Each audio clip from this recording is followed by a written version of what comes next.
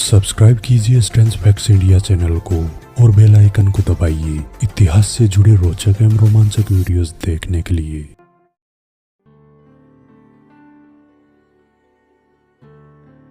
हिंदुस्तान में उस समय औरंगजेब के जुल्म चरम पर थे। ब्रज क्षेत्र के मंदिरों को तोड़ा जा रहा था, हिंदुओं को धर्म छोड़ने पर मजबूर किया जा रहा था, हिंदू पुरुषों को मारकर उनकी स्त्रियों को जबरन उठाया जा रहा था।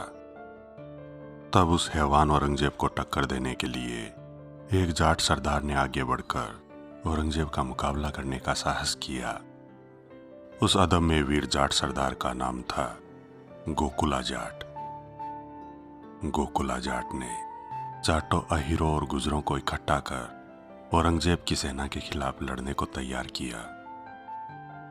1669 ईस्वी में गोकुला जाट के नेतृत्व में जाटों ने औरंगजेब के खिलाफ विद्रोह कर दिया।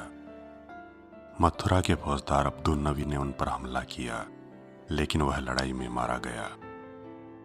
इस सफलता से प्रोत्साहित होकर गोकुला जाट ने मथुरा से 24 मील दूर स्थित दोआब के परगना तथा शहर सादाबाद को ध्वंस कर दिया।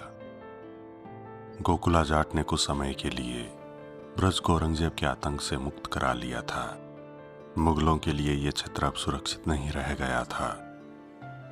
जाटों के इस विद्रोह को कुचलने के लिए औरंगजेब ने विशाल शाही सेना भेजी।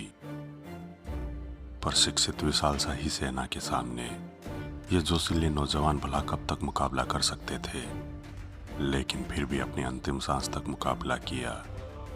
जब लगा कि मुकाबला हार जाएंगे तो इनकी स्त्रियों ने कहा, तुमको हमारी चिंता रहती है, इसलिए हमारा सर काट कर लड़ने जाओ और फिर या तो खुद मिट जाना या दुश्मनों को मिटा देना। गोकुला जाट के नेतृत्व में 20,000 सैनिक शाही सेना से मुकाबला करने निकल पड़े। 4 दिन चले इस युद्ध में जाटों ने मुगलों को भारी नुकसान पहुंचाया, लेकिन प्रशिक्षण, अनुशासन और युद्ध सामग्री की कमी के कारण जाटों को भी बहुत नुकसान हुआ। मुगल सेना ने 7,000 जाटों को गोकुला व उसके चाचा उदय सिंह सहित बंदी बना लिया। इन वीरों को आगरा में बादशाह औरंगजेब के सामने पेश किया गया, जहां इस्लाम स्वीकार न करने के कारण कोतवाली के चबूतरे पर गोकुला और उसके चाचा के टुकड़े टुकड़े कर दिए गए। बाकी बंदियों को भी जंजीरों में जकड़ कर अनेक यातनाएं देते हुए मृत्यु दी गई।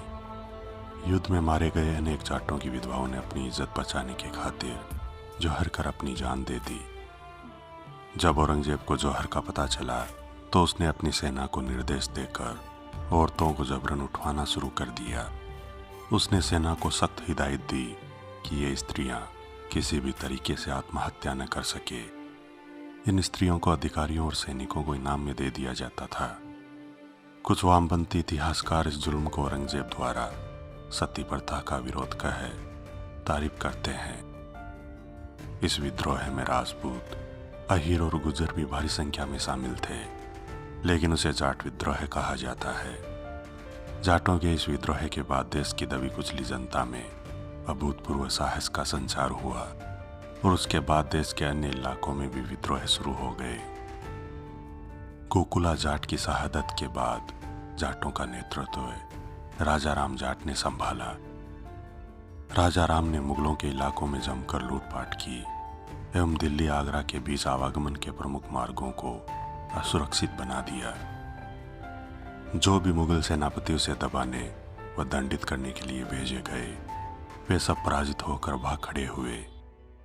राजा राम जाट ने मंदिरों को तोड़ने और हिंदू धर्म को भ्रष्ट करने का बदला लेने का अजीब तरीका अपनाया।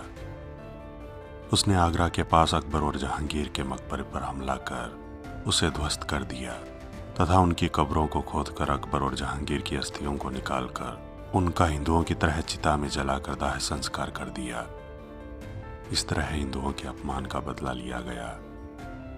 इस बात के लिए कुछ इतिहासकार राजा राम जाट की निंदा भी करते हैं, लेकिन ऐसा उसने केवल जैसे को तैसा की नीति के तहत किया था।